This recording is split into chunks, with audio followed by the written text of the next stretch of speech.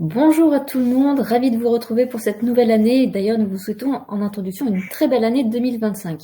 Et nous sommes ravis de vous retrouver pour ce premier webinaire du cycle Impact et trajectoire socio-économique. Donc, on va aborder aujourd'hui justement ce que ça veut dire, nouveaux impacts, nouvelles trajectoires socio-économiques.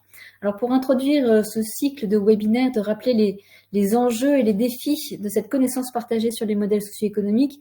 Comme vous le savez tous, toutes les organisations, qu'elles soient publiques et privées, se questionnent toutes sur leur modèle socio-économique et sur leur pérennité. C'est pourquoi, depuis 2020, avec la Direction Jeunesse, Éducation populaire et Vie associative et le Rameau, donc, nous copilotons le programme Reconnaissance des modèles socio-économiques d'intérêt général avec 3 objectifs. C'est de partager une culture commune sur la diversité des modèles et donc à partir de là de permettre à chacun de se repérer dans cette diversité, de pouvoir se positionner. Et puis, dernier objectif, c'est d'apprendre collectivement, justement, à piloter cette complexité des trajectoires socio-économiques. Alors, depuis 2020, on a capitalisé, on a consolidé cette capitalisation au travers de la plateforme Trajectoire socio-économique qui, justement, capitalise 15 ans de travaux collectifs sur les modèles socio-économiques, donc à la fois pour valoriser les pratiques émergentes, mais aussi pour développer des compétences sur cette question des modèles socio-économiques d'intérêt général. Donc c'est vraiment un cheminement collectif qui est capitalisé et qui aujourd'hui fait l'objet, enfin depuis 2020 d'ailleurs, fait l'objet de connaissances partagées. Alors ce partage de connaissances, on le fait chaque mois depuis 2020, tous les 3e jeudis de chaque mois au travers de webinaires. C'est l'objectif, c'est d'animer cette connaissance et de valoriser cette diversité des modèles. Et d'ailleurs, depuis 2020, on a capitalisé les 43 webinaires qui ont déjà été réalisés. Donc, vous avez à la fois les replays et la synthèse des PowerPoint qui sont présentés. Donc ça, vous le retrouvez sur cette fameuse plateforme Trajectoire socio-économique. Et puis, pour ceux qui veulent explorer une 60aine d'exemples inspirants, ils sont décryptés sur la base Impact Alliance.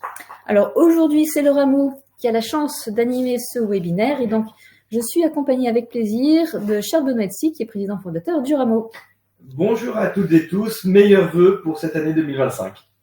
Alors, qu'est-ce qu'on vous propose aujourd'hui? 3 temps principaux, et puis on abordera à la fin la prochaine escale. Donc, une introduction sur ce fameux nouveau cycle de webinaire qui s'appelle Impact et trajectoire socio-économique. Ensuite, on vous fera vivre en direct le module de sensibilisation sur les enjeux, les pratiques d'élaboration de trajectoires socio-économiques qui sont fondées sur une analyse d'impact recherchée. Il y aura les actualités du mois et vous verrez que le mois de janvier est un mois riche en actualités puisqu'on vous présentera les nouveaux formats de valorisation et de développement des compétences. Et puis, on reviendra sur la prochaine escale de webinaire en février prochain. Alors, je vois qu'il y a une question. Bonjour Lorenzo. Donc pour introduire ce nouveau cycle, peut-être de rappeler quand même que depuis 2020, on a eu un cheminement depuis 5 ans maintenant. Donc la première étape de 2020 à 2021, on a éclairé et illustré les composantes d'un modèle socio-économique d'intérêt général. Ensuite, deuxième cycle, c'était 2022-2024, on a éclairé comment s'articuler les différents modèles socio-économiques entre eux, que ce soit tout acteur, tout domaine et tout territoire. Et donc ce nouveau cycle qui s'ouvre 2025 et 2027, l'objectif, ça devait être d'explorer les liens, la multiplicité des liens qu'il y a entre les impacts que l'on recherche et la façon de construire des trajectoires socio-économiques. Parce que comme vous le savez, face à l'ampleur des transitions auxquelles on est confronté, il y a une nécessité collective à réinventer des modèles qui soient cohérents et durables. Alors pour 2025, qu'est-ce qu'on va faire plus particulièrement? Donc c'est impact et trajectoire socio-économique. Et au cours de cette année, on va avoir un double regard, au cours de l'année, un double regard à la fois de comprendre et d'éclairer la performance des organisations d'intérêt général et aussi, autre regard, la performance des écosystèmes territoriaux, c'est-à-dire des projets de territoire qui mobilisent l'ensemble des profils d'acteurs locaux. Et donc pour ça, on aura avec nous différents partenaires d'animation. Donc pour les organisations d'intérêt général, nous aurons la chance d'avoir avec nous en animation soit l'Institut IDEA, soit la DASI, soit l'Institut français du monde associatif. Et puis pour les écosystèmes territoriaux, le réseau des catalyseurs territoriaux. Voilà pour ce qui est de cette introduction. Donc passons tout de suite à l'expérience en direct, puisqu'on va vous faire vivre le module de sensibilisation sur les enjeux et les pratiques d'élaboration des trajectoires socio-économiques et de leurs impacts. Alors, première question, Charles Benoît, qu'est-ce qu'un modèle socio-économique ? Alors ça, c'est une vaste question et la réponse est pas forcément facile parce que c'est un concept polymorphe. Mais pour ceux qui nous suivent depuis 43 semaines, 43 mois, pardon, ils savent que cette définition du concept multifacette de cette notion de modèle socio-économique, elle se résume en un mot, finalement, c'est l'économie, c'est l'équilibre de la maison.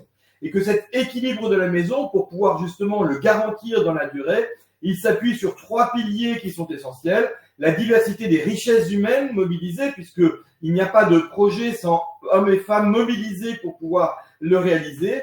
Les ressources financières qui permettent d'avoir les moyens de le mettre en œuvre et les alliances stratégiques qui leur permettent de pouvoir à la fois être ancrées, incarnées et surtout de pouvoir démultiplier l'action telle qu'elle est dégagée.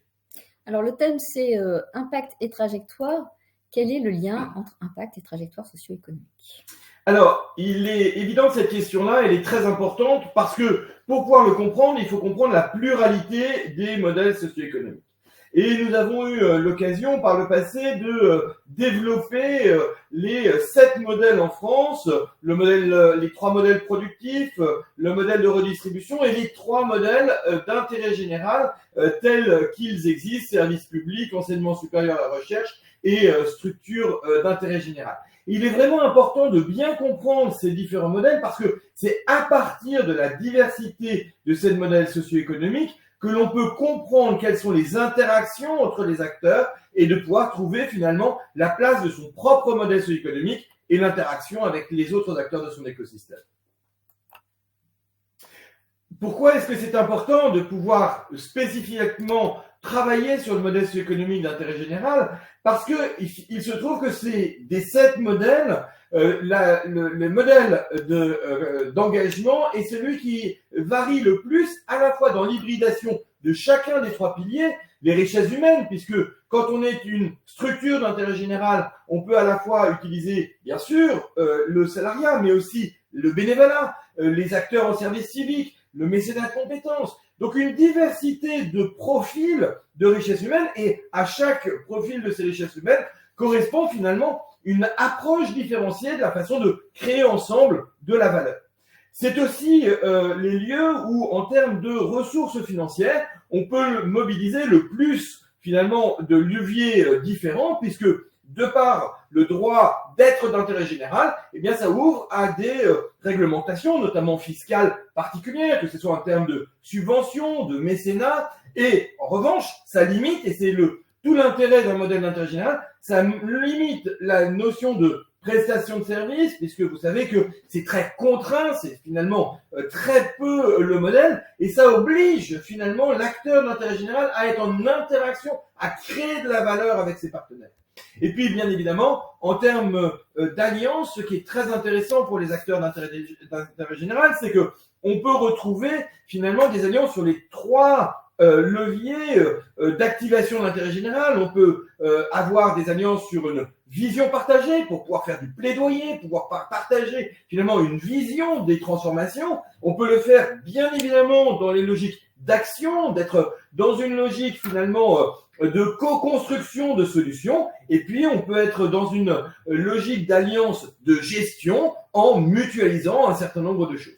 Donc ce qui est très intéressant dans les cas des associations d'intérêt général, c'est que finalement, étant les plus complexes des modèles socio-économiques, en comprenant ces modèles socio-économiques, on comprend finalement quelles sont les mutations, quelles sont les transformations qui sont à l'œuvre, et notamment, bien évidemment, pour les transitions, c'est extrêmement important de comprendre ces modèles les plus complexes.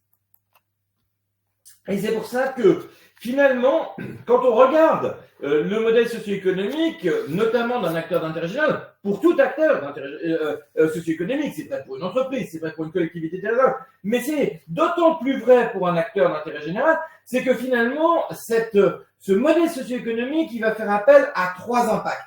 Finalement, celui de la performance. Comment on assure la consolidation de son activité à travers son propre modèle socio-économique et l'articulation entre richesses humaines, ressources financières et alliances. Bien évidemment, l'enjeu de pérenniser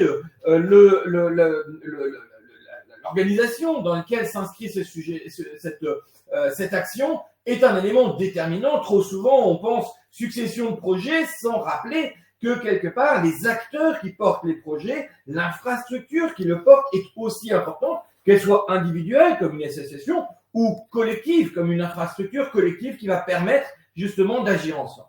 Le deuxième levier finalement et le deuxième impact d'un modèle socio-économique, c'est finalement celui de pouvoir innover, c'est-à-dire quelle est la capacité à démontrer qu'en mobilisant des ressources avec d'autres, on peut faire émerger de nouvelles solutions. Et vous voyez bien que dès qu'il s'agit d'innovation territoriale, d'innovation sociétale, c'est la capacité à mobiliser les acteurs, à associer des modèles socio-économiques différents en termes de richesse humaine que de ressources financières et d'alliances qui vont permettre de mener à bien une innovation. Il n'y a pas de transformation innovante tout seul. Ça n'existe pas. Que ce soit pour une personne ou pour une organisation, on ne peut pas inventer ex nihilo les choses. Et donc, quelque part, la réflexion sur ce modèle socio-économique est une réflexion sur la capacité à inventer ensemble de nouvelles solutions.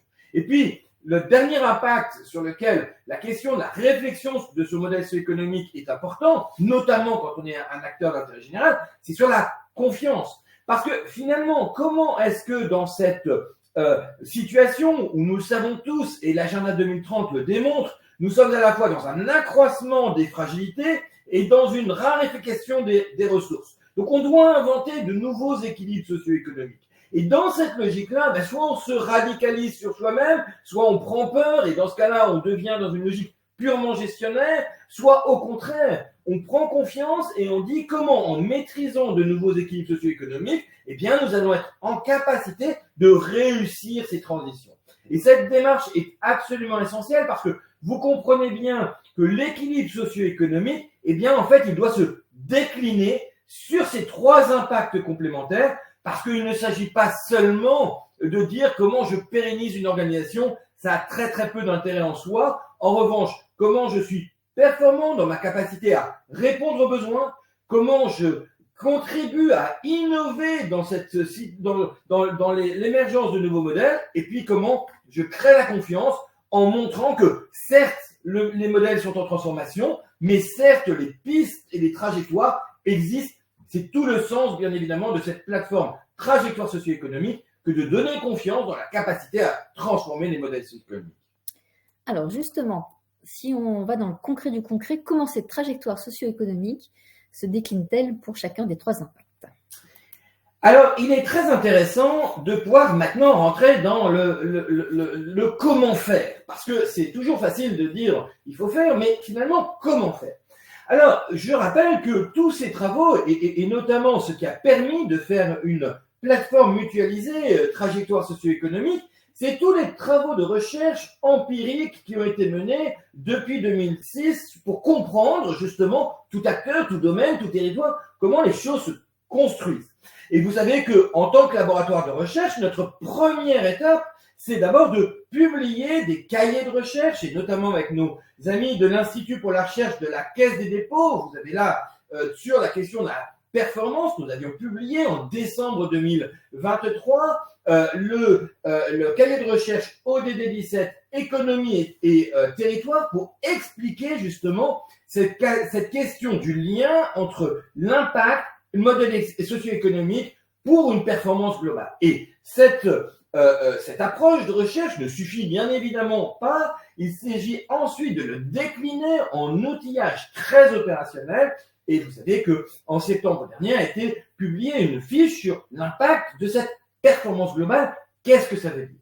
Parce que, quelque part, la question majeure qui est derrière, c'est vraiment d'ancrer et d'incarner la valeur et la frugalité, la valeur et la frugalité, bien évidemment, de son modèle socio-économique grâce à une analyse qui permet de comprendre vraiment de la racine au fruit comment se structure la capacité à créer durablement et de la valeur et de la frugalité, puisque aujourd'hui, cette question est essentielle. Alors, si on regarde finalement comme tel un arbre, cette logique de modélisation telle qu'elle a été faite, eh bien, on peut voir que nous avons 5 étages de cette performance. Le dernier étage, celui des fruits, celui que tout le monde peut voir, même quand on n'est pas au sein de la maison, c'est bien évidemment cette capacité à avoir produit quelque chose. Alors, très souvent, historiquement parlant, la question clé, c'est ses propres résultats.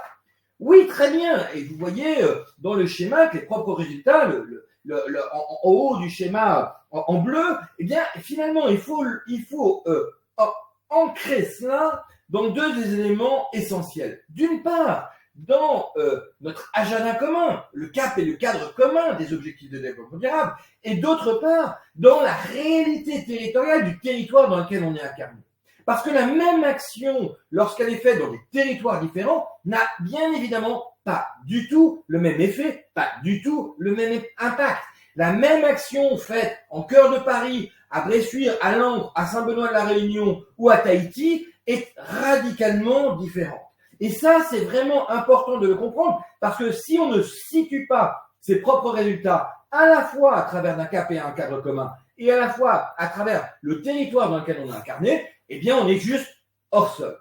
Le deuxième étage de la fusée, c'est de comprendre, bien évidemment, quelle est la valeur de la solution que l'on a proposée. Qu'est-ce que finalement, quelle est sa proposition de valeur? Alors, bien sûr, les produits, les services, les solutions qui sont faites et à travers finalement le coût que cela représente, mais aussi quelle est finalement l'énergie qui a été mobilisée, quelle est cette capacité à avoir finalement être le plus accessible possible, parce qu'une très belle solution finalement très loin de la capacité à pouvoir s'en saisir est un élément déterminant. Donc là encore, on voit qu'on ne peut pas seulement analyser la valeur à travers son propre regard, mais aussi à travers son écosystème.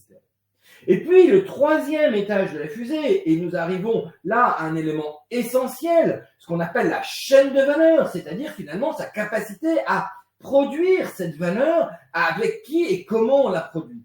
Traditionnellement, la logique de la chaîne de valeur, un sujet largement modélisé, notamment par le rameau sur les chaînes de valeur, la différence entre associative et entreprise dès les années 2008, mais il ne s'agit pas de regarder que sa chaîne de valeur en interne. Il s'agit de regarder aussi par rapport à l'infrastructure publique et à travers les ingénieries mobilisées, comment est-ce que tout cela peut se diffuser. Et peut-être que l'une des erreurs majeures que l'on a aujourd'hui, c'est que finalement, on ne regarde que par rapport à son propre regard et pas par rapport au regard d'un écosystème global. Et je vous invite pour cela à regarder tous les travaux sur les écosystèmes territoriaux et notamment les remarquables travaux des catalyseurs territoriaux dont on a fêté les 10 ans l'été dernier, parce que justement, sortir d'une vision auto-centrée de sa propre chaîne de valeur, c'est une capacité à comprendre comment l'infrastructure publique et privée dans laquelle j'évolue et comment les ingénieries publiques et privées vont permettre justement de répondre ensemble aux enjeux communs que nous avons. Et puis le quatrième étage de la fusée nous amène justement à nos questions de modèles socio-économiques. Et c'est pour ça que c'est important de prendre le temps de partir des résultats jusqu'à la compréhension du sujet, parce que traditionnellement, on avait l'habitude d'avoir une performance basée sur ce qu'on a appelé l'équilibre capital-travail, les richesses humaines et finalement les ressources financières qu'on arrivait à mobiliser. Mais nous voyons bien, et le schéma de droite l'indique clairement, que si nous ne rajoutons pas cette capacité à faire alliance stratégique, eh bien il y a 2 risques derrière cela. Le premier risque, c'est finalement de le faire, d'être très performant, mais de le faire tout seul. Et le deuxième élément, c'est que bien évidemment, de plus en plus, les alliances stratégiques vont être des capacités non seulement à créer de la valeur en commun, mais aussi de la frugalité en commun. Et pour pouvoir être capable de travailler sur cette capacité à construire ensemble des solutions, il faut alors aller au dernier étage de la performance globale, celui des racines, et de pouvoir regarder finalement quels en sont les actifs, quelles sont les compétences, quelles sont les ressources financières dont on dispose, quels sont les actifs immatériels dont on a, et aussi quelle est l'envie et l'enjeu sur lequel on va travailler ensemble. Bien évidemment, c'est un actif immatériel particulièrement important.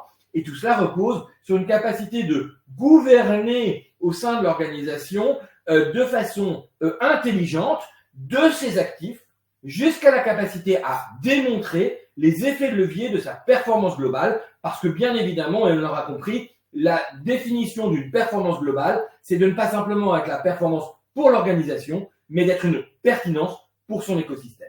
C'est cette logique-là qui est parfaitement décrite dans la fiche impact performance globale, ces 5 étages de la fusée qui permettent de comprendre aujourd'hui la place du modèle socio-économique qui est quelque part l'élément clé, charnière entre finalement les actifs dont on dispose et la chaîne de valeur dans l'écosystème dans lequel on est, c'est-à-dire de pouvoir s'articuler avec les autres, parce que si on ne s'articule pas avec les autres, bien évidemment, on peut produire n'importe quel produit, n'importe quel service, on ne sera pas capable de produire aucun effet. Merci Charles Bonnat. Alors vous parliez tout à l'heure d'outillage, où on a vu, vous venez de décrire qu'on peut appeler une balance scorecard, et on peut voir comment justement, très concrètement, cet outil peut être décliné et illustré au travers d'un exemple qui va nous permettre de comprendre justement comment on peut analyser les effets de son action. On a pris l'exemple de WeMove, qui est une structure qui travaille depuis 25 ans sur la mobilité inclusive.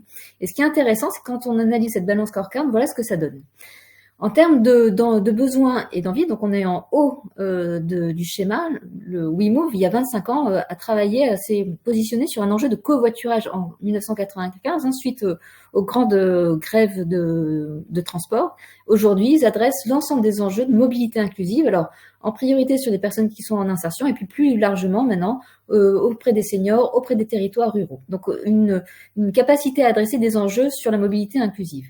Et juste, Élodie, si vous me permettez un point, parce que vous venez de rajouter un élément important, c'est la question de la temporalité, c'est-à-dire comment on embarque avec soi son écosystème, parce que finalement, en étant précurseur du covoiturage en 95, c'est vraiment WeMove qui a accompagné la prise de conscience progressive de l'importance de la mobilité jusqu'à inclure dans la loi de 2019 la loi sur les mobilités, d'orientation sur la mobilité, d'inclure cette notion de mobilité inclusive, que si cet acteur d'intérêt général n'avait pas défriché pendant 25 ans, nous n'aurions pas pris conscience de l'importance d'inclure cette dimension de mobilité inclusive dans une loi générale. Et c'est là où c'est très important de voir finalement comment le cheminement, le défrichage d'un acteur peut progressivement être force d'entraînement, pas seulement de cet acteur, mais de tout un écosystème.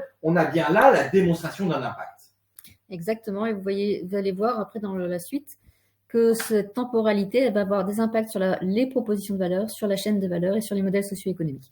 Alors, par rapport à cet enjeu qui est adressé, la WeMove a construit une solution de mobilité, en l'occurrence des plateformes de mobilité en territoire. Donc ça veut dire ils partent des besoins des personnes ancrés dans un territoire. Ils construisent une offre de mobilité et qui va être adaptée à la situation des personnes, mais aussi à la diversité des territoires dans lesquels ces personnes vont évoluer. Donc ça veut dire que d'un territoire à l'autre, WeMove ne va pas forcément construire des mêmes solutions en fonction de ce qui existe précisément. Donc ça veut dire qu'en termes de chaîne de valeur, WeMove va s'interconnecter avec l'ensemble des acteurs du territoire, donc les collectivités, les acteurs sociaux, de l'emploi, des entreprises. Donc c'est l'écosystème local qui va être chaque fois questionné, va être chaque fois différent, et ils vont prendre en compte également les solutions existantes. Donc cette chaîne de valeur, elle se construit territoire par territoire. Et toute cette histoire-là, elle a toujours d'ailleurs un impact sur les modèles socio-économiques de WeMove. En termes de richesse humaine, il y a des salariés, il y a du mécénat et du bénévolat. En termes de ressources financières, le modèle financier de WeMove a évolué en 25 ans, un modèle de subvention à l'origine pour faire émerger le projet. Et puis régulièrement, il y a une ouverture régulière aux partenariats stratégiques et puis à la politique publique, comme le disait Charles Benoît, qui fait qu'aujourd'hui, le modèle socio-économique de WeMove est devenu très diversifié. Et en termes de coopération stratégique, WeMove a pu développer de nombreux partenariats stratégiques, notamment avec Renault, qui a reconnu rapidement la valeur de ce que produisait WeMove pour construire ensemble une offre pour Renault de garage solidaire. Et puis tout ça, en 25 ans, ça a permis à WeMove de construire, de proposer un labo de la mobilité qui permet de justement d'éclairer les écosystèmes sur les enjeux de mobilité.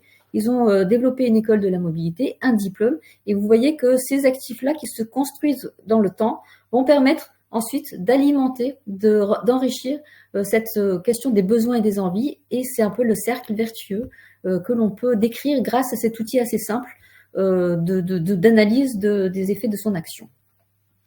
Peut-être sur l'innovation maintenant ? Avec grand plaisir. Si on fait le même exercice, théorie et pratique sur l'impact de l'innovation systémique et quelle est la place de cette question du modèle socio-économique, eh bien là je vous invite à regarder un autre cahier de recherche qui est le cahier de recherche ODD 17, les leviers de la transformation systémique, et donc un autre fiche impact, celui sur l'impact sur l'innovation, puisque l'idée de ces travaux a été réellement de montrer comment inventer ensemble ce qu'aucun ne peut faire seul à partir, non pas du dernier kilomètre des solutions des acteurs, mais du premier kilomètre des besoins des écosystèmes. Et ça, c'est un élément qui est déterminant parce que trop souvent, on regarde une solution avant de regarder finalement le besoin, avant de qualifier le besoin, et non pas d'un acteur, mais de l'ensemble des acteurs d'un écosystème. Et c'est bien ça, l'innovation systémique.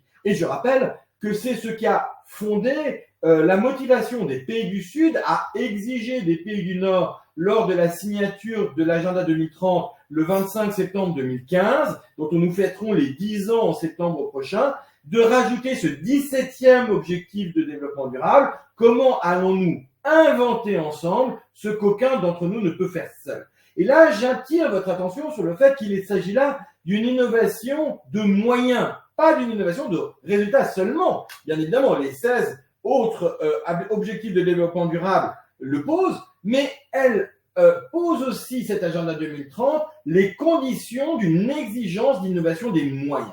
Et ça pose la question de finalement comment on peut qualifier une innovation. Eh bien, les travaux de recherche empirique du Rameau qui ont été publiés sur les modèles d'investissement sociétal en juin 2015, donc là aussi nous fêterons les 10 ans cette année en juin prochain, d'où le fait que la plateforme d'innovation sociétale valoriser ses compétences et ses pratiques a été lancée en novembre dernier avec chaque mois un nouveau module, dont ce mois-ci, on en parlera tout à l'heure, le module sur l'innovation sociétale, et atterrira en mai prochain pour justement en juin être capable de fêter ces 10 ans de travaux pour qualifier ce qu'est une innovation sociétale et comment on peut en rendre compte. Eh bien, l'élément majeur et peut-être le plus important au-delà de la compréhension des différentes étapes, des différents cycles, de pouvoir modéliser les temporalités, les cycles de 7 ans d'innovation, les 4 cycles pour être en capacité de réinventer les dynamiques, peut-être le plus important de tous ces travaux, c'est d'avoir défini les 3 niveaux d'innovation indispensables. D'abord, bien évidemment, le premier niveau, le plus important, le plus structurant, c'est l'innovation de solutions. Est-ce qu'on invente quelque chose de vraiment nouveau? Et nous nous sommes beaucoup inspirés sur ce premier niveau du chemin de médicaments que nous avons pu suivre, expérimenter, travailler, comprendre avec la FM Téléthon dans le cadre du grand virage des traitements dont nous avons eu la chance de suivre tout le cheminement d'innovation depuis 2007, parce que, bien évidemment, cette innovation, pour que cette innovation de solution existe, il va falloir vérifier 3 choses. D'abord, son efficacité thérapeutique, c'est-à-dire est-ce qu'on a là vraiment quelque chose qui est pertinent, qui va permettre de répondre durablement aux besoins qui a été fait. Deuxième point, sa faisabilité, c'est-à-dire est-ce qu'on est capable de produire à plus grande échelle la solution? Est-ce que finalement elle a la capacité, au-delà d'avoir été expérimentée, d'avoir fait une preuve de concept, elle a une capacité à aller plus loin. Le troisième élément qui est souvent oublié dans l'innovation de solution, c'est son innocuité. Parce que quels sont les effets collatéraux? Quels sont finalement les impacts induits, souvent sur d'autres, que peut créer finalement une solution? Eh bien, ça, c'est un élément tout à fait déterminant. Je donne un exemple très concret. Il arrive que des innovations qui semblent être tout à fait pertinentes à un endroit veulent aller s'implanter dans d'autres et en fait détruisent sans s'en rendre compte les solutions déjà existantes. Un peu comme les plantes invasives, finalement, une innovation moins bien adaptée vient s'imposer aux autres territoires, sur d'autres territoires ou sur d'autres acteurs, alors que finalement, elle n'était pas forcément la mieux placée. Et ça nous invite à penser réellement à la non-universalité des solutions. Et c'est pour ça que cette innocuité, sans qu'on n'a pas vérifié l'innocuité, il n'y a pas d'innovation de solution. Il faut se méfier des solutions miracles qui seraient partout dans le monde, immédiatement applicables de la même façon.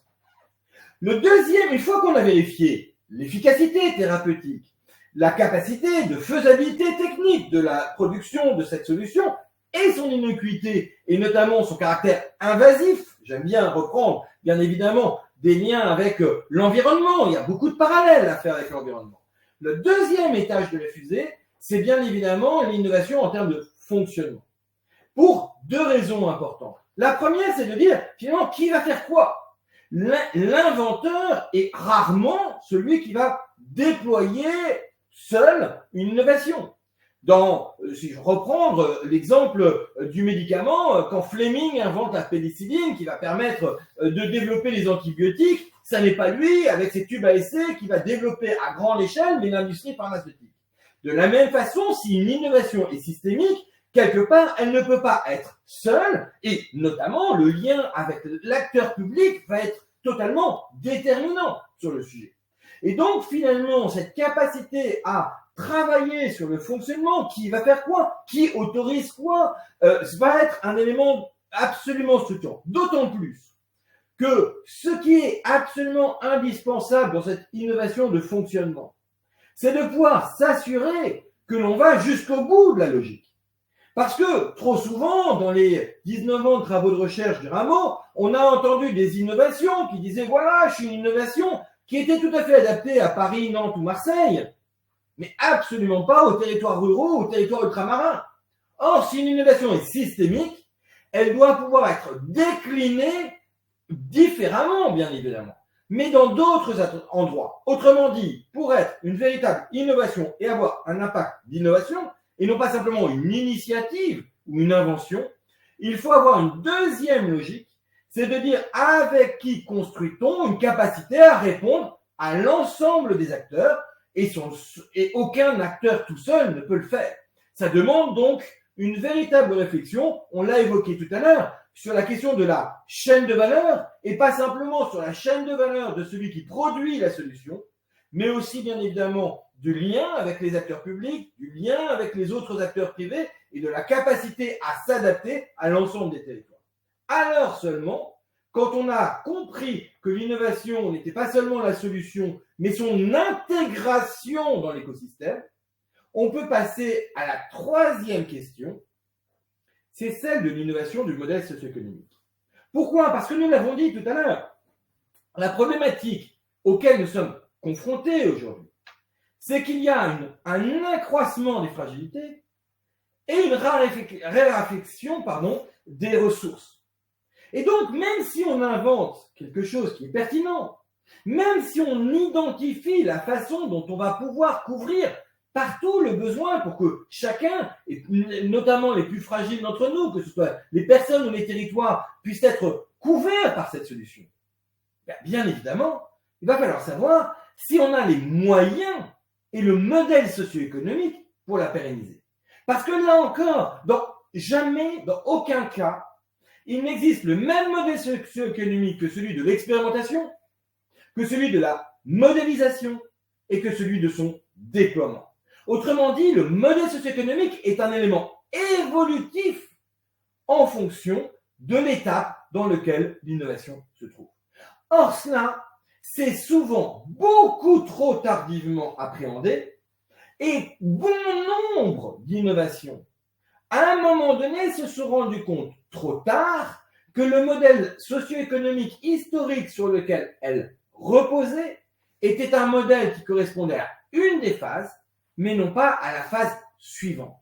Donc la capacité d'anticiper, lorsqu'on est dans un impact d'innovation, l'évolution de son modèle socio-économique, au fur et à mesure où on est capable d'abord de faire une preuve de concept de solution, puis une preuve de concept de fonctionnement, il n'y a pas d'innovation systémique sans aussi une preuve de concept de modèle socio-économique durable et pérenne. Et je donne un exemple pour reprendre celui de la FM Téléthon. Dès 2007, lorsqu'il était envisagé que en 10 ans, finalement, on passerait des premiers essais cliniques aux premiers médicaments, la question du coût de ce médicament était tout à fait intégrée dans la réflexion. Parce que, bien évidemment, on ne peut pas réfléchir à une innovation qui va pouvoir se développer à grande échelle si on n'a pas une solution très concrète pour pouvoir y répondre.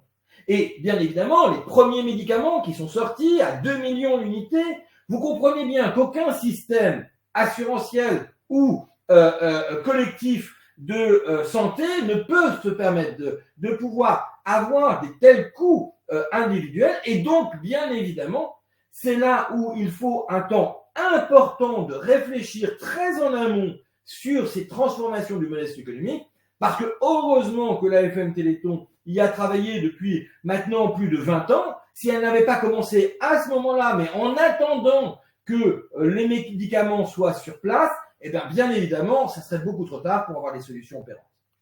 Merci Charles Benoît. Pareil, on va peut-être pouvoir illustrer justement comment on peut décortiquer cette triple innovation. Alors, on a pris l'exemple du service civique qui a été introduit en France par Unicité, qui a été donc l'association qui a été créée en 94 et qui travaille sur les questions d'éducation, de lutte contre l'exclusion et d'isolement.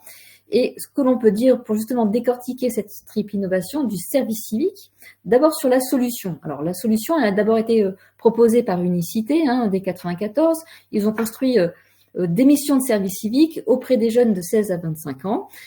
Et donc l'objectif, c'était bien, et c'est toujours d'ailleurs, de développer la citoyenneté et la mixité sociale. Ce qui est important, c'est de bien comprendre que l'innovation, un projet d'innovation n'est pas à confondre avec la structure qu'il porte. Et ça, c'est très typique, par exemple, du service civique et d'Unicité, c'est que certes, Unicité a impulsé cette solution, mais à un moment donné, le service civique est devenu une politique publique. Et alors même que Unicité a été à l'impulsion, la question d'Unicité, ça a été de dire, mais quelle est ma place maintenant dans cet écosystème, celui des autres associations qui peuvent proposer du service civique, des collectivités, et puis de l'institution qui est l'agence du service civique. Donc, Unicité n'a plus été le seul à porter des solutions de service civique, mais s'intègre dans un écosystème beaucoup plus vaste dans lequel, effectivement, l'association doit toujours avoir un rôle, mais qui n'est pas assimilé à l'organisation. Et donc, qui dit fonctionnement, dit aussi modèle socio-économique. L'innovation, lorsqu'elle est en émergence, en expérimentation, en l'occurrence sur le service civique, ça a été des partenariats privés. Unicité a contribué à modéliser ce qu'était l'innovation de service civique, ça aboutit à une politique publique, ce qui fait qu'aujourd'hui, le modèle socio-économique de l'innovation, c'est-à-dire du service civique, c'est un modèle hybride, public-privé, puisque c'est une politique publique, mais qui est abondé aussi par des ressources privées. Voilà ce qu'on pouvait illustrer sur la question de l'innovation. Merci. Élodie, et peut-être juste avant de passer à troisième impact, de rappeler l'importance, si on parle d'innovation, de l'acteur qui va légitimer l'innovation. L'innovation, c'est comme l'intérêt général. On ne s'auto-déclare pas innovant comme on ne s'auto-déclare pas d'intérêt général. Et donc, le lien, la réflexion avec son écosystème territorial, avec les institutions, pour pouvoir savoir justement quelle est l'autorisation de mise sur le marché comme un médicament, est un élément déterminant. Et c'est là où parfois la souris dialogue avec l'éléphant, mais ce dialogue, pour pouvoir trouver des solutions qui justement vont partir de la capacité des acteurs d'intérêt général et être déployées à grande échelle, est extrêmement fructueux. Et donc ça nous amène réellement à parler de la question d'un dialogue qui, lorsque les acteurs sont très, très différents, doit être en confiance. Et voilà, la confiance. C'était un petit peu un teasing organisé. Et le premier élément, je voudrais revenir, là encore, comme pour les deux précédents, sur les fondements de la recherche qui permet de présenter aujourd'hui ces méthodes qui ont fait leur preuve. Dans le cahier de recherche ODD 17, les impacts du fer alliance en France, l'Institut pour la recherche de la Caisse des dépôts et le Rameau rendent compte, en synthèse, de la première étude d'impact qui a été réalisée par une nation à l'échelle à la fois nationale et de ces 13 régions métropolitaines, tout acteur, tout domaine, tout territoire, à l'échelle d'une nation. Ça n'a pas été fait encore par d'autres pays et on peut espérer que l'exemple de la France inspire d'autres. Et ce cahier de recherche donc synthétise ce qui a été 21 unités statistiques pour écouter les Français, les élus locaux, les dirigeants d'entreprise, les dirigeants associatifs, les acteurs académiques. Une question nous était posée sur l'implication des acteurs académiques dans ces sujets-là. Bien sûr, les travaux et notamment le panel de chercheurs avec lequel nous travaillons avec l'Institut pour la recherche de la Caisse des dépôts est très important. Les fondations, bref, l'ensemble des acteurs, les citoyens, et dans les citoyens particulièrement la position des jeunes. Bref, ce cahier de recherche synthétise ce qui a été 21 études statistiques, étayées ensuite par 1200 exemples inspirants. Vous citiez, Élodie, à la fois Unicité et WeMove. On peut retrouver dans la base impact qui a été créée à ce moment-là avec nos amis de SINDUP plus de 1200 exemples qui ont permis d'étayer les propos qui étaient faits. Et là encore, de cette base théorique, un outil méthodologique a été créé en septembre dernier, qui est cette fiche impact sur la confiance. Et j'insiste sur cette fiche impact sur la confiance parce que tous les travaux qui ont consisté depuis 2015, je rappelle que 2015, il y a eu, juste après la signature de l'agenda 2030, le 25 septembre 2015, un mois et demi après, était publié le rapport Intérêt général, nouveaux enjeux, nouvelles alliances, nouvelle gouvernance, qui retraçait 1500 ans d'histoire, à la fois politique, économique, juridique, de la notion d'intérêt général en France. Et c'était important parce que ça a été un peu le socle de dire comment, à partir de la réalité et de l'histoire de l'intérêt général en France, on va pouvoir co-construire une réponse face à l'agenda 2030. Et le schéma, la matrice des 7 forces de changement, telle qu'elle est formulée là, je rappelle qu'elle a été notamment étayée en juin 2020. Juin 2020, au moment où 2 éléments importants se font. Juin 2020, vous voyez, on est juste après la sortie du confinement, premier confinement mondial qui immobilise l'ensemble de l'humanité pendant quelques mois.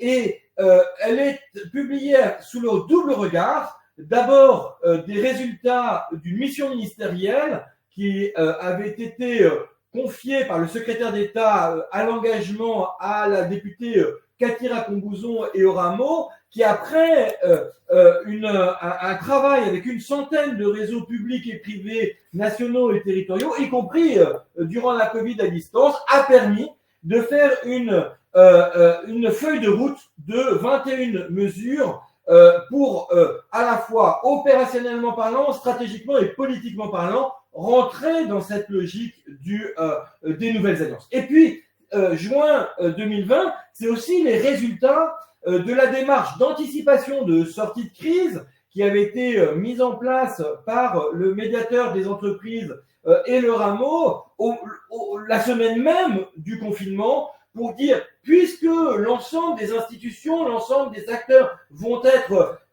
sur le front, eh bien, comment nous anticipons pour les acteurs, actions et alliances d'intérêt général la sortie de crise. Et cette note de juin 2020 pose finalement les 7 conditions, les 7 forces du changement qui permettent de le faire. Dans ces 7 forces, il est indispensable de partir d'abord d'un constat d'une nécessité de changement.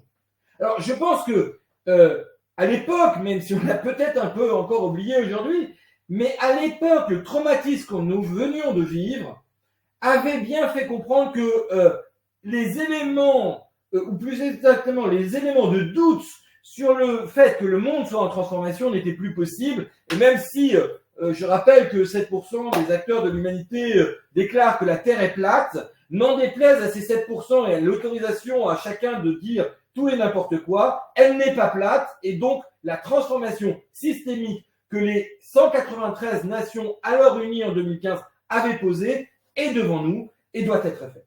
La deuxième condition du changement, c'est une vision partagée. Et je rappelle qu'avec les acteurs académiques, en 2019, nous avions posé une capacité à passer justement à travers les 3 leviers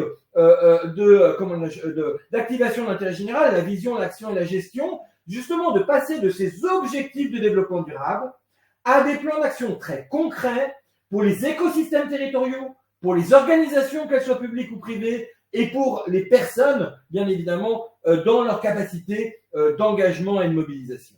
Et finalement, de passer de cette capacité, de cette nécessité à la vision, eh bien, on voit bien le chemin à parcourir. Et le troisième levier de conduite du changement, c'est de démontrer que c'est possible. Et là, bien évidemment, et c'est pour ça que la base impact était très importante, c'était de pouvoir montrer que oui, il existe dans tous les niveaux. Alors, quand on prend les exemples des éclaireurs 2030, de la Fondation pour la co-construction du bien commun, on est comme les athlètes olympiques. On est ceux qui, bien évidemment, nous ouvrent le chemin et sont des vitrines absolument inspirantes pour tous.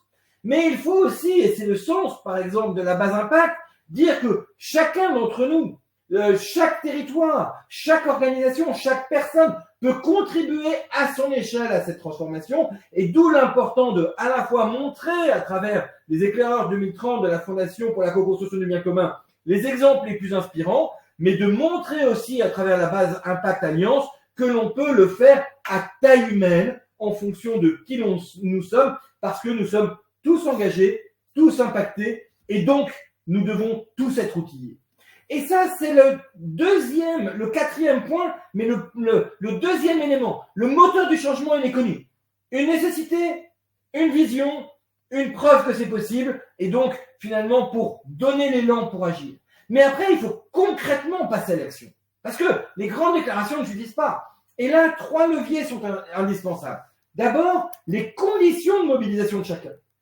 Je le disais tout à l'heure, les conditions de mobilisation en plein cœur d'une grande ville, d'une métropole, ne peuvent en aucun cas être les mêmes que sur un territoire ultramarin, en zone rurale ou en zone montagnarde.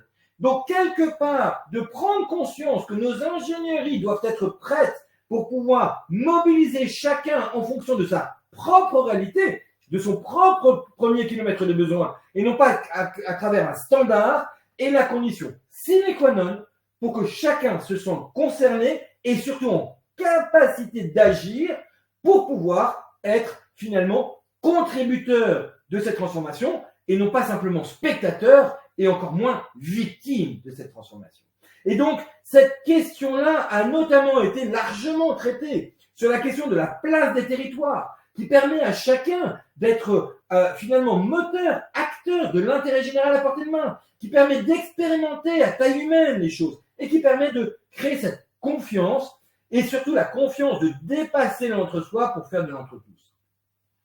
Cette condition que chacun se sente concerné, impacté sur vraiment ce qui le concerne lui est une condition de conduite du changement absolument essentielle. Ensuite, 5e point, bien évidemment, il faut avoir les vis et les boulons nécessaires pour le faire, ce que nous appelons dans le jargon des travaux de recherche du Rameau les médocs. Vous avez bien compris que le jeu de mots avec la métaphore des médicaments que je cite depuis tout à l'heure, elle se trouve dans nos médocs issus des pratiques de terrain des acteurs, c'est-à-dire quelles sont les méthodes, quels sont les exemples inspirants, quelles sont les données dont j'ai besoin, quels sont les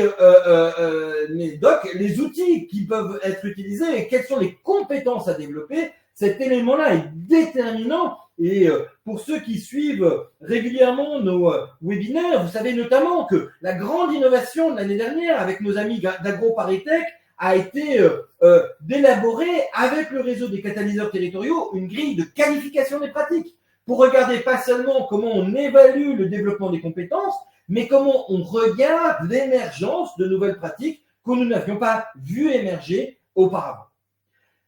C'est la 5e condition. Mais la 6e condition, elle est d'avoir les moyens d'agir. Et donc, quelque part, pour pouvoir passer dans cette dynamique de transformation systémique, qui est justement cette dynamique où chacun va avoir son rôle, qui est finalement le Graal de ce 17e objectif de développement durable, la question des modèles socio-économiques, des trajectoires, est un élément déterminant. Si nous continuons à avoir des messages disant que c'est seule une gestion régulatrice qui va permettre de sauver le monde, c'est que nous n'avons rien compris à ce que les 193 États alors unis en 2015 ont posé. Nous devons réinventer des modèles socio-économiques. Et ça, c'est un élément essentiel. Et nous ne réinventerons pas les modèles socio-économiques en les regardant pour les petits bouts de la lorgnette sur la gestion régulatrice de la fin du mois. Il est absolument indispensable que nous comprenions que l'enjeu majeur d'aujourd'hui, et notamment pour réussir la territorialisation des transitions, c'est de réfléchir à la trajectoire socio-économique. On peut avoir une cible, mais le plus important, c'est pas la cible, c'est la trajectoire. Et penser que la cible, c'est demain matin, et on fait du 0 et du 1, que l'on soit dans un acteur public ou que l'on soit dans un acteur privé, c'est juste une hérésie dans la conduite du changement actuel. Si nous voulons créer la confiance, nous devons prendre le temps de redéfinir la durabilité de nos modèles socio-économiques et surtout de travailler urgemment sur les trajectoires socio-économiques qui nous permettent de passer de la solution actuelle à la situation cible telle qu'elle était clairement détaillée au moment des objectifs de développement durable. Et à l'époque, c'est les États, alors un peu plus conscients de la transformation qu'aujourd'hui, s'étaient donné 15 ans. C'est parce que, bien évidemment, on ne fait pas une trajectoire ou une transition simplement en 7 jours ou en 7 minutes, ou pire encore aujourd'hui, en 7 secondes à la vitesse d'un tweet, parce que non, on ne régule pas le monde avec des tweets. Alors, pour faire le lien et illustrer le lien entre modèle socio-économique et confiance, on vous propose de l'illustrer au travers de ce que nous disent les jeunes. On est allé les questionner, donc vous pouvez retrouver cette étude sur le site du Rameau, Jeunes et Territoires 2050. Et qu'est-ce qu'ils nous disent? D'abord, ils ont une conscience tout à fait majeure sur les enjeux, notamment le fait de devoir jouer collectif face aux crises auxquelles on est confronté. Donc, ils sont 70% à nous dire il faut être en collectif. Il y a une urgence d'agir collectivement, ensemble, en territoire. Après, sur la question de la vision, c'est là où il y a un peu plus de contraste dans ce qu'ils nous disent, parce que quand on leur pose la question « Qu'est-ce qu'évoque pour vous l'année 2050 ?» on a quand même 30% qui nous disent que c'est la fin du monde. Alors, qu'est-ce que ça veut dire? Ça veut dire que pour passer à l'action, c'est ce dont parle Charles Benoît, c'est pour construire un avenir durable et en confiance, il y a une nécessité majeure à ce que collectivement on puisse mobiliser toutes les énergies pour construire collectivement des modèles socio-économiques durables et inclusifs. D'où le lien pour construire la confiance dans l'avenir. C'est un ensemble de forces en présence qui doivent se mobiliser pour construire l'avenir en commun. Alors, en synthèse, peut-être? Eh bien, je voudrais m'adresser aux jeunes femmes et aux jeunes hommes de 18 à 24 ans, les 31% qui doutent de notre capacité collective à transformer nos modèles d'ici un temps suffisant pour conduire les transitions. Aujourd'hui, il y a un consensus, pas celui des médias, pas celui des politiques, pas celui de la petite phrase qui va faire une chose. Non, il y a un consensus de la part des Français, de la part des dirigeants d'entreprise, de la part des élus locaux, de la part des associations sur la nécessité d'inventer ensemble des solutions. Et ce qui est la bonne nouvelle qui a été qualifiée dans l'étude d'impact qui a été réalisée avec l'Institut pour la recherche de la Caisse des dépôts et l'Observatoire des partenariats, que je remercie bien sûr pour ses travaux depuis 2008 sur la compréhension de notre capacité à faire ensemble et à travailler ensemble. C'est que nous sommes passés d'un devoir d'alliance à une envie d'alliance. Cette envie d'alliance, elle existe, elle est incarnée, elle est ancrée et elle est illustrée sur nos territoires. Il est désespérant de voir que ce qui peut être une force sur les territoires, dès que l'on va passer à une échelle plus grande, va être considéré comme impossible à faire. c'est pourtant possible, et c'est pourtant ce qui est en train de se travailler. D'où l'importance de redonner la perspective du temps dans cette dynamique d'impact et finalement de transformation que nous vivons. Que ce soit sur les questions de performance, que ce soit sur les questions d'innovation, que ce soit sur les questions de confiance, et je vous invite à regarder les cahiers de recherche qui ont été écrits, ce sont des dimensions qui demandent du temps de transformation. Et ce temps de transformation, c'est exactement comme dans la nature. On ne peut pas tirer plus vite pour que ça aille plus vite. C'est une erreur. C'est une erreur de jugement et surtout, c'est une erreur de conduite du changement. La conduite du changement pertinente, c'est celle qui va permettre d'assurer une cohérence des actions, qui va permettre, bien évidemment, d'avoir une pérennisation des ressources, mais aussi, et peut-être encore plus aujourd'hui, celle qui va travailler sur la cohésion des acteurs. Et c'est peut-être là où il y a eu un oubli ces 15 dernières années, c'est qu'on ne peut pas faire une transition ou une transformation à marche forcée. Il faut bien construire avec les acteurs et non pas pour les acteurs ce sujet. Et j'ai un engagement pour ces jeunes femmes, ces jeunes hommes de 18 à 24 ans aujourd'hui qui doutent qu'il y ait quelque chose après 2050. Je ne sais pas si jamais nous y arriverons, mais je nous invite collectivement au pari de la confiance que nous serons en capacité de pouvoir assurer cette transition. C'est encore possible et je vous invite à regarder les travaux passionnants de la prospective 2100, de la Fondation 2100 et de la Société française de prospective. Nous avons jusqu'à 2040 pour réfléchir les choses. C'est très peu, mais c'est encore 10 ans pour faire en sorte que les choses se traitent intelligemment et que nous sachions prendre les bonnes décisions. Il n'est pas trop tard et j'invite les 68 autres pourcents de jeunes qui ont cette confiance dans l'avenir de se préoccuper de leur père, PAIRS, pour leur faire comprendre et pour leur faire agir ensemble au travers d'exemples très concrets sur nos territoires. Alors justement, sur cette question de temporalité, aujourd'hui, pourquoi est-ce que c'est si important de voir ou revoir son modèle socio-économique? Parce qu'il faut arrêter de faire comme si la question de l'équilibre de la maison n'était pas une question. Il faut arrêter de croire à l'argent magique, de croire aux solutions miracles ou que d'autres vont prendre en charge, que ce soit d'autres acteurs ou d'autres pays, ce qui relève de son propre équilibre de la maison. Et c'est peut-être l'erreur qui a été faite dans les 50 dernières années, c'est-à-dire de croire que c'est toujours aux autres de trouver l'équilibre qui me concerne moi. Et finalement, ce qui a été très intéressant lors de l'année dernière, c'est que nous avons publié en janvier 2024 un état des lieux des pratiques, tout acteur, tout domaine, tout territoire, à travers le bilan intermédiaire du cheminement collectif que nous avions fait depuis 2020, en montrant la diversité finalement des formes de transformation de modèles économiques. Et quelques mois après, le Conseil économique, social et environnemental validait à l'unanimité de ses membres, à l'unanimité de ses groupes et l'unanimité de ses membres, l'urgence de réinvestir dans l'intérêt général.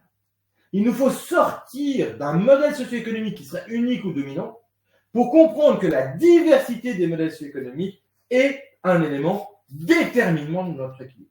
Si nous ne réfléchissons pas sur la diversité de nos richesses humaines, si nous ne réfléchissons pas sur la diversité de nos ressources financières, et si nous ne réfléchissons pas sur la diversité de nos alliances, nous ne trouverons pas de solution. Et si vous voulez réfléchir à son propre équilibre socio-économique dans une dynamique écosystémique, c'est un peu comme lors de la Renaissance, la nécessité de passer de la croyance que le monde tournait autour de la Terre pour comprendre que finalement, non, il tourne autour d'un soleil. Alors, il n'y a pas de soleil dans nos dynamiques finalement d'action, mais nous avons traduit ce soleil par les fameux projets de territoire où chacun finalement, en fonction de son périmètre, peut regarder autour de lui les autres acteurs, les différentes dynamiques d'action qui se passent et les différents échelons territoriaux dans lesquels ça s'inscrit. Et c'est là où l'approche systémique qui a été présenté dans l'étude de l'Observatoire des partenariats en octobre dernier. 10 profils d'acteurs décryptés, 16 domaines d'action décryptés, 5 échelons territoriaux décryptés. Et je remercie l'ensemble des partenaires qui ont rendu cette étude possible, nous permettent de comprendre pourquoi est-ce que, effectivement, les transitions exigent de réinventer les modèles socio-économiques et d'assurer de nouveaux équilibres. Et il ne s'agit pas de dire, de confondre l'économie et la financiarisation. L'économie, c'est bien finalement l'équilibre sur lequel je repose. Et peut-être d'avoir cru que la question d'un modèle socio-économique, c'était simplement le levier financier qui était derrière, a été l'erreur stratégique et politique déterminante depuis les années 70. On s'est trompé de combat, on a plus regardé l'outil que son usage. C'est bien la question de reprendre en main chacun d'entre nous sa propre équilibre socio-économique, que ce soit à titre personnel, d'organisation ou du territoire dans lequel on est, et de comprendre l'articulation entre l'ensemble qui permettra de pouvoir réinventer demain. Alors justement, en pratique, si on veut définir sa trajectoire socio-économique, comment fait-on ? Alors c'est peut-être là où commence l'intérêt de nos travaux, et c'est peut-être là où il faut rappeler que si nous prenons autant de temps pour pouvoir finalement comprendre les mécaniques à l'œuvre, c'est pour pouvoir ensuite les traduire en outils très opérants. Oh, faire de la recherche c'est facile, tout le monde peut en faire. Mais la question très déterminante, c'est comment est-ce que de la pratique de terrain, on peut aller sur un outillage qui ne soit pas l'outillage universel de la boîte à outils qui va répondre à tout, mais au contraire, qui prenne conscience des besoins différents de chacun. Et dans ce cadre-là, 2 éléments sont déterminants. Le premier, c'est d'avoir travaillé sur, finalement, comment choisir une trajectoire. Comment choisir l'équilibre entre performance, innovation et confiance. Il ne s'agit pas de dire je vais faire que de la performance, ou que de l'innovation, ou que de la confiance. Il s'agit de comprendre que les temporalités derrière ces impacts ne sont pas les mêmes. 18 mois pour une performance, 7 ans pour une innovation, 28 ans pour une confiance. Tous ces éléments-là sont déjà déterminés et quelque part de savoir quel est l'équilibre sur lequel mon modèle va pouvoir reporter. Et c'est en cela que nous avons mis en test, d'abord, en septembre dernier, la démarche Impact et Trajectoire qui a été testée pendant 3 mois avant d'être modélisée définitivement et accessible sur la plateforme Piloter l'innovation sociétale dans la démarche finalement stratégique qui a été proposée pour permettre justement de mettre en débat l'équilibre entre ces trajectoires. Mais le deuxième élément tout aussi important, c'est qu'il ne s'agit pas simplement de décider en conscience et avec finalement des outils de la décision adaptés, il s'agit avant tout de mobiliser, de construire avec ces parties prenantes finalement cette dynamique. Et tout dirigeant, que ce soit politique, économique, associatif, académique, sait que le dialogue avec sa gouvernance, avec ses équipes, avec les référents techniques, devient un élément déterminant parce que personne ne peut dire la trajectoire, c'est ça. Et donc de pouvoir objectiver et activer une trajectoire d'action qui est cohérente avec son positionnement, avec son écosystème, et de pouvoir donner à chacun le moyen de valoriser et de développer ses compétences, voilà aujourd'hui la manière dont nous proposons de pouvoir aider chacun à contribuer au changement. Et pour le faire, un travail en profondeur a été engagé depuis 10 ans là aussi. Les premiers, je tiens à saluer, à remercier les soutiens historiques de la Fondation Bettencourt-Schuller, à qui en 2014 nous avons été leur dire mais il ne s'agit pas simplement d'avoir des résultats de recherche. Il faut savoir comment chacun va pouvoir s'approprier ces résultats de recherche. Une gouvernance, un dirigeant, une équipe, un référent technique ne vont pas se l'approprier de la même façon. Et donc, le premier élément déterminant, c'était de qualifier les besoins. Quels sont les besoins? Et là aussi, je remercie tous les acteurs académiques avec lesquels nous avons travaillé. Je pense à AgroParisTech, je pense à Sciences Po, je pense à l'ESSEC, je pense au CNAM, je pense à l'ECHA, l'ensemble des acteurs avec lesquels nous avons réfléchi sur cette question pédagogique. Et nous sommes arrivés à la conclusion que nous pouvions traiter l'ensemble de ce que nous avions entendu autour de 3 besoins qui ont été qualifiés. Faire ces premiers pas, si on a bien conscience d'un sujet que l'on ne maîtrise pas, Et puis, à l'autre bout, développer ses compétences si on veut vraiment développer ses compétences. Et puis, j'insiste là-dessus, et notamment avec les travaux de recherche que nous avons menés avec AgroParisTech, dans le cadre du programme de recherche piloté par la Fondation des territoires, chef de projet innovation territoriale sur les agents de nos petits et moyens territoires, eh bien, un autre besoin plus fin, moins perçu est ressorti. Comment je valorise mes pratiques? Comment je suis en capacité de dire, je fais quelque chose qui a une vraie valeur, mais quelque part qui n'est pas complètement reconnu, et moi-même, je ne m'en aperçois pas complètement. C'est dans ce schéma-là qu'ont été développés et mis à disposition de tous dans cette plateforme Trajectoire socio-économique 7 formats d'appropriation. D'abord, pour faire ses premiers pas, eh bien, un module de sensibilisation de la gouvernance, je parlerai dans un instant, un deuxième qui a été développé l'année dernière, un deuxième outil, deuxième stade avec le parcours découverte de ce que sont les modèles socio-économiques que nous avions avec le ministère en charge de la vie associative et la JEBVA mis en ligne dès 2021. Et puis, dans la même logique, ce que nous avions fait en 2019 avec les SEC, le MOOC sur les spécificités des modèles socio-économiques d'intérêt général. L'année dernière aussi, nous avons complété, je vais revenir, sur ce fameux parcours expérientiel et je m'y attarderai un peu parce que c'est une véritable innovation pédagogique. Et puis le troisième étage, c'est pour développer ses compétences, là c'est beaucoup plus classique, je veux développer mes compétences. Pour acquérir les fondamentaux, nous avons développé un module de 7 heures qui a été mis en place et testé dès 2021, disponible aujourd'hui notamment auprès de l'ADEMA ou de Dalloz. Les formats experts, 32 heures de formation que nous avons développé avec l'association française des fundraisers, mis en ligne testé, mis en ligne à partir de 2022, et puis des contenus académiques sur lequel, après avoir travaillé dès les années 2010 avec les SEC, l'année dernière avec le CNAM, nous avons modélisé le dernier contenu académique sur la diversité des modèles socio-économiques et avec l'ECHIA sur finalement qu'est-ce que c'est qu'un modèle socio-économique écosystémique, puisque là encore, il est absolument indispensable que cette connaissance puisse être faite. Donc vous voyez, de la sensibilisation et de la mise en débat des gouvernances jusqu'au contenu académique, il y a aujourd'hui un ensemble de dispositions, de ressources qui permettent à chacun de se les approprier. Et 2024 a été particulièrement important pour développer de nouveaux formats qui permettent de compléter ce sujet-là. Peut-être un mot sur chacun de ces formats parce qu'ils sont importants, ils sont disponibles à tous. Et l'enjeu même d'un laboratoire de recherche d'intérêt général, c'est de mettre à disposition de tous le sujet. Le premier... Oui, ben voilà. Pardon. Allez-y. Je vous ai grillé la question, ma chère. Non, comment on fait pour s'approprier tout ça? Je vous ai grillé la question. Pardon.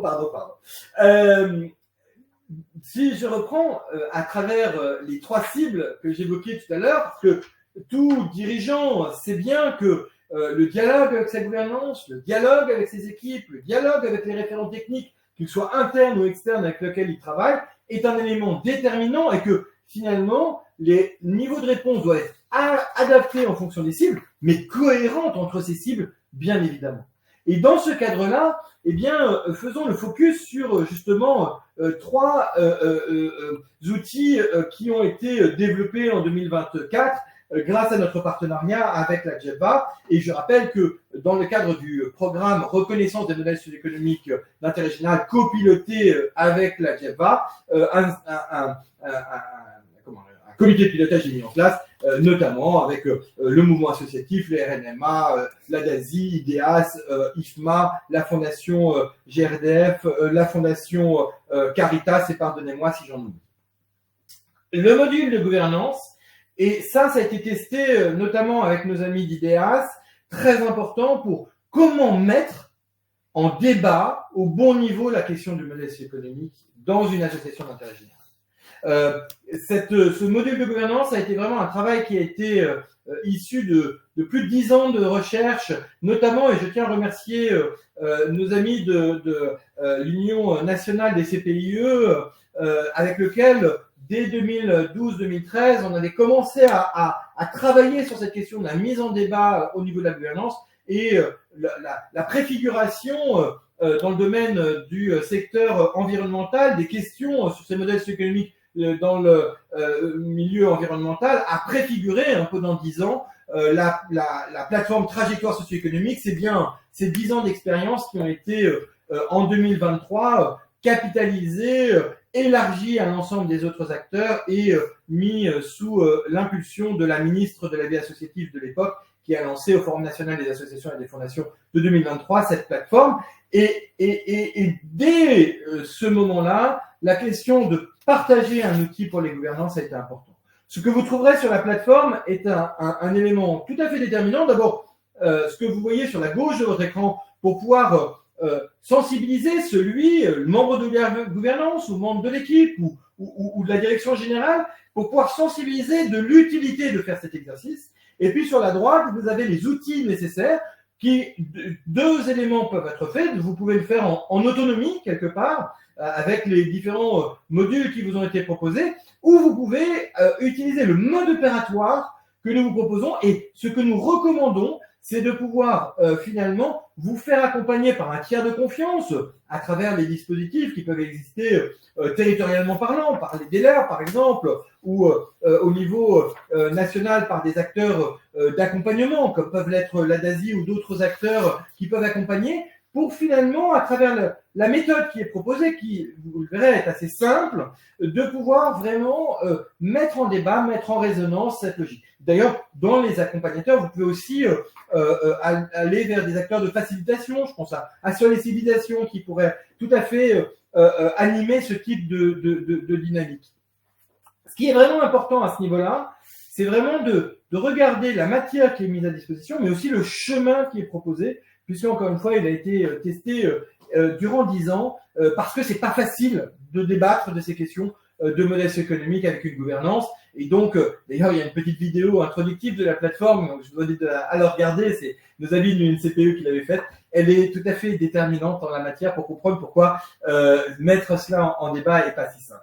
Premier élément l'année dernière, cet élément-là. Le deuxième élément qui date déjà d'un peu plus loin, 2021, mais qui est plus que jamais d'actualité, c'est vraiment ce parcours découverte ou redécouverte pour en 2 heures, en 4 heures, en 12 heures, finalement, se réapproprier cette question de modèle économique. Tout le monde pense le connaître, hein, mais c'est pas inutile de pouvoir se replonger là-dedans. Moi-même, régulièrement, je vais relire les fiches pratiques, relire tel ou tel élément qui a été fait. On ne manque jamais d'inspiration sur le sujet. Le MOOC qui avait été fait en 2019 avec l'ESSEC au moment de la publication du référentiel sur le modèle socio-économique d'intérêt général, lui aussi est totalement passionnant et n'a pas vieilli d'un pouce. Je vous invite vraiment à regarder. Et puis après, bien évidemment, de cette découverte jusqu'à un passage à l'œuvre, puisque sur la plateforme Trajectoire socio-économique, vous savez que vous avez une méthode en 7 étapes qui a été développée. Et puis après, pour piloter les partenaires, les modèles socio-économiques et la diversité des inspirations, la base impact est un véritable GPS partagé. Donc, redécouvrez cet outil-là, si ce n'est pour vous, parce que vous le connaissez par cœur, faites-le partager auprès d'acteurs qui veulent débattre sur ce sujet-là. Nous, on recommande souvent de pouvoir, avant d'engager une équipe ou un débat avec une équipe sur un modèle socio-économique, d'inviter chacun à aller picorer dans ce parcours découverte. C'est vraiment du temps qui n'est pas perdu. Et puis, dernier outil qu'on voudrait partager, et celui dont nous sommes le plus fiers, n'est-ce pas, Élodie, et nous aurons, j'espère, confirmation demain des 67 participants au premier parcours expérientiel hybridé sur le modèle socio-économique qui finalement ont expérimenté des parcours que nous avons à la fois conçus dans sa méthode avec des professeur de Sciences Po et qualifié dans ses besoins dans le cadre du programme de recherche avec AgroParisTech, qui est très intéressant parce que finalement, c'est un révélateur de son propre potentiel. C'est pas un dispositif où on va expliquer à chacun ce qu'est le sujet, c'est finalement comment je prends conscience de la valeur de ce que je fais déjà en termes de modèle économique que je n'avais pas forcément formalisé, conscientisé ou exprimé de cette façon-là. C'est un élément qui est tout à fait simple, hein, une introduction à travers une vidéo introductive et une fiche pratique que vous retrouvez en ligne sur Trajectoire socio-économique. Puis ensuite, pendant 3 semaines, vous recevez une petite vidéo, un exercice pratique et puis un peu de ressources complémentaires en 3 étapes pour investiguer la question des richesses humaines. Puis la semaine d'après, investiguer la question des ressources financières. Puis la semaine d'après, investiguer la question des alliances stratégiques. Et vous voyez, avec un rythme, grosso modo, c'est une demi-heure par semaine, mais un rythme qui est suffisamment étayé pour pouvoir être un peu en maïotique dans cette dynamique-là. Et puis ça se finit, et c'est vraiment le moment un peu clé, puisque jusqu'à là, on est en autonomie, par un atelier de partage entre pairs d'horizons différents.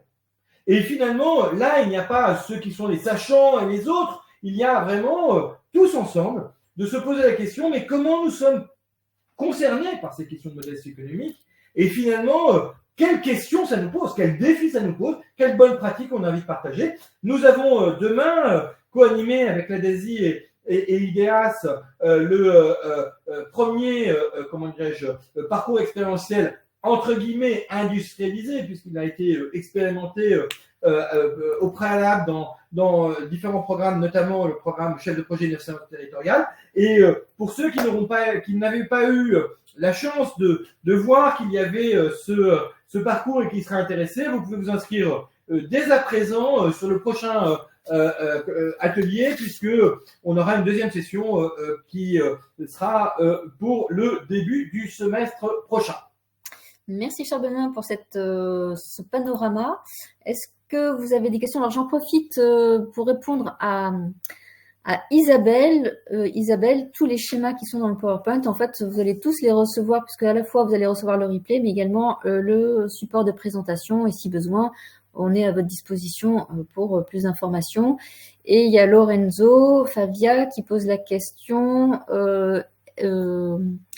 est-ce que c'est au cœur des démarches de dialogue? Connaissez-vous l'IAF France, Association internationale de la facilitation? Oui, alors je répondais en direct à Lorenzo, merci beaucoup pour ces questions. On a travaillé avec plus de 120 chercheurs et travaux, et donc on est toujours à l'écoute d'autres travaux, puisque bien évidemment, et merci de nous aider à préciser ça, c'est quelque chose qui est un working process. Personne ne peut prétendre aujourd'hui avoir fini ce que les 193 pays avaient dit qu'on mettrait 15 ans pour le faire, et encore moins sur le modèle socio-économique. Donc effectivement, c'est vraiment, et c'est tout le sens de ces webinaires mensuels. N'hésitez pas à partager les ressources que les uns et les autres pourraient avoir, puisque bien évidemment, c'est un commun qui s'enrichit au fur et à mesure des rencontres, au fur et à mesure des témoignages, et vous verrez tout au long de l'année 2025 que justement la diversité des témoignages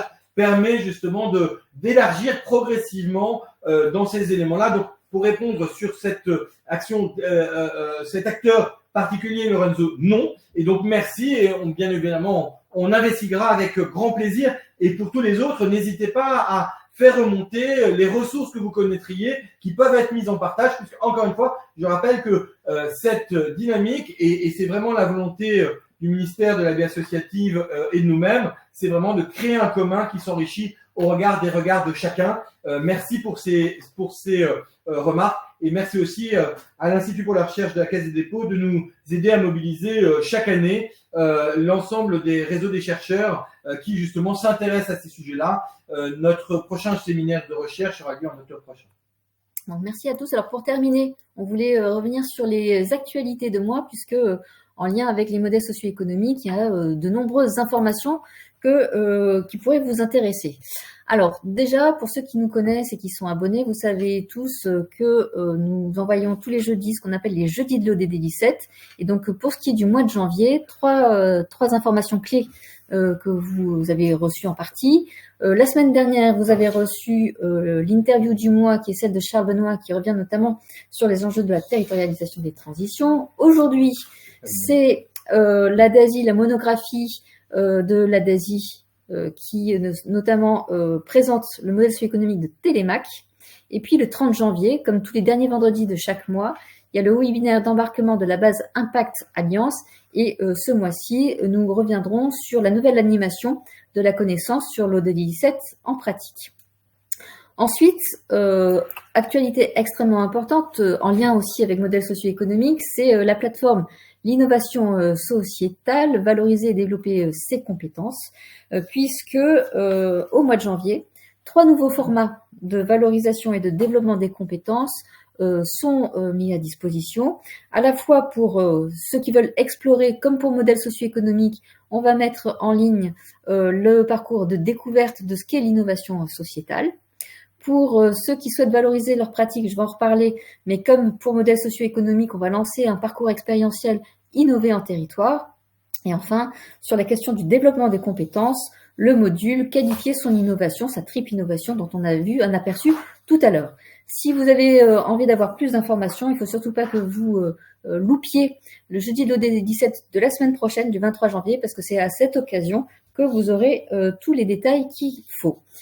Pour ce qui est de revenir donc sur le parcours expérientiel innové en territoire, hein, comme même principe que pour modèle socio-économique, hein, on va faire cheminer et valoriser les pratiques d'innovation au travers de 3 semaines pour découvrir ce qu'est l'innovation territoriale. Donc ça sera lancé le 11 février, 3 semaines en autonomie et l'atelier de partage de pratiques qui aura lieu début avril.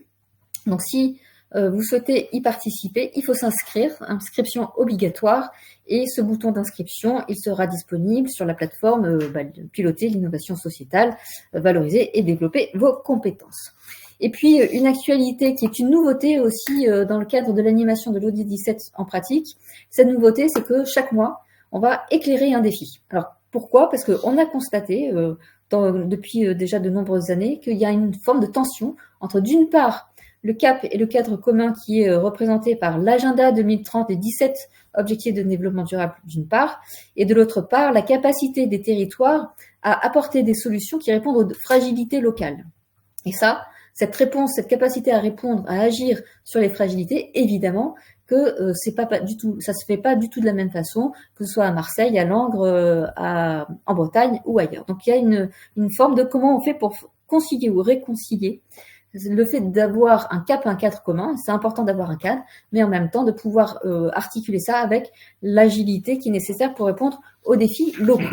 Alors, ce qu'on va faire, c'est que justement, chaque mois, dans le cadre de l'animation du cycle ODD17 en pratique, on va décrypter un défi, le défi du mois, le défi en commun, et l'objectif pour nous, ça va être d'éclairer et de mettre en résonance à la fois le cap et le cadre de l'ODD avec les pratiques, les solutions innovantes qui répondent aux fragilités, aux défis de ces fragilités. Donc, c'est de montrer que le fait d'avoir une diversité de réponses, de solutions locales, elle est à la fois cohérente et compatible avec ce fameux cadre et ce cap commun qui est l'agenda 2030. Alors, pour le mois de janvier, innovation, première expérience, c'est le défi qui est l'éducation. Donc, ce défi de l'éducation, il va être éclairé autour de 3 angles. Le pilotage de l'intérêt général au cœur des territoires, et nous aurons pour l'ODD 4 qui est celui d'éducation, la fiche du comité 21, donc dédié à l'ODD 4, qui va nous expliquer quelles sont les pratiques des collectivités territoriales sur l'éducation. Ensuite, on aura un aperçu de la diversité des solutions qui sont ancrées et incarnées à la fois avec la synthèse du webinaire, son replay, un podcast, un dossier spécial juriste association auprès des jeunes, et puis pour compléter ce panel-là, des ressources complémentaires pour ceux qui souhaitent aller plus loin et agir, avec l'étude auprès des jeunes évidemment, et une fiche qui présentera les démarches inspirantes qui permettent de répondre à ce défi de l'éducation. Donc ça c'est pour le mois de janvier, et en fait après à partir du mois de février, le défi du mois il sera éclairé tous les premiers jeudis du mois, donc ça veut dire que le 30 janvier, vous serez sur celui d'éducation, et dès la semaine d'après, le prochain défi, ce sera la surprise. Et puis, pour terminer, la prochaine escale, puisqu'on arrive à la fin de notre webinaire, la prochaine escale, ce sera le 20 février. Donc, je vous rappelle, c'est le 3e jeudi de chaque mois. Donc, pour le mois de février, c'est le 20. Toujours pareil, de 13h à 14h30. Et cette fois-ci, la thématique de notre webinaire, ce sera de parler de la diversité des modèles socio-économiques associatifs d'intérêt général. Et nous serons accompagnés d'un partenaire, mais c'est la surprise. Vous en saurez plus le mois prochain. Voilà. Merci à tous pour votre participation, pour vos questions, et puis merci à Charles Benoît de son enthousiasme. Merci à vous pour votre animation. Bonne année encore à chacun et à chacune, et puis bon courage pour justement partager les modèles socio-économiques d'intérêt général. Je crois que plus que jamais, en cette année 2025, ça sera important, année du 10e anniversaire de la signature des objectifs de développement durable, mais aussi année de la mise en avant du fait que réinvestir dans l'intérêt général est une des priorités de chacun. On aura mis sans doute 10 ans à le faire comprendre, mais c'est une réalité aujourd'hui, et on peut imaginer que l'inventivité française fasse en sorte que nous sachions rapidement trouver des solutions face à cela. Et pour ça, n'hésitez surtout pas à aller naviguer sur la plateforme Trajectoire socio-économique. Tout est disponible. Il y a une animation chaque mois, mais les ressources sont là. Donc surtout, n'hésitez pas à aller la consulter. Et puis de toute façon, on en reparle le mois prochain. À très bientôt et très bonne journée. À très vite.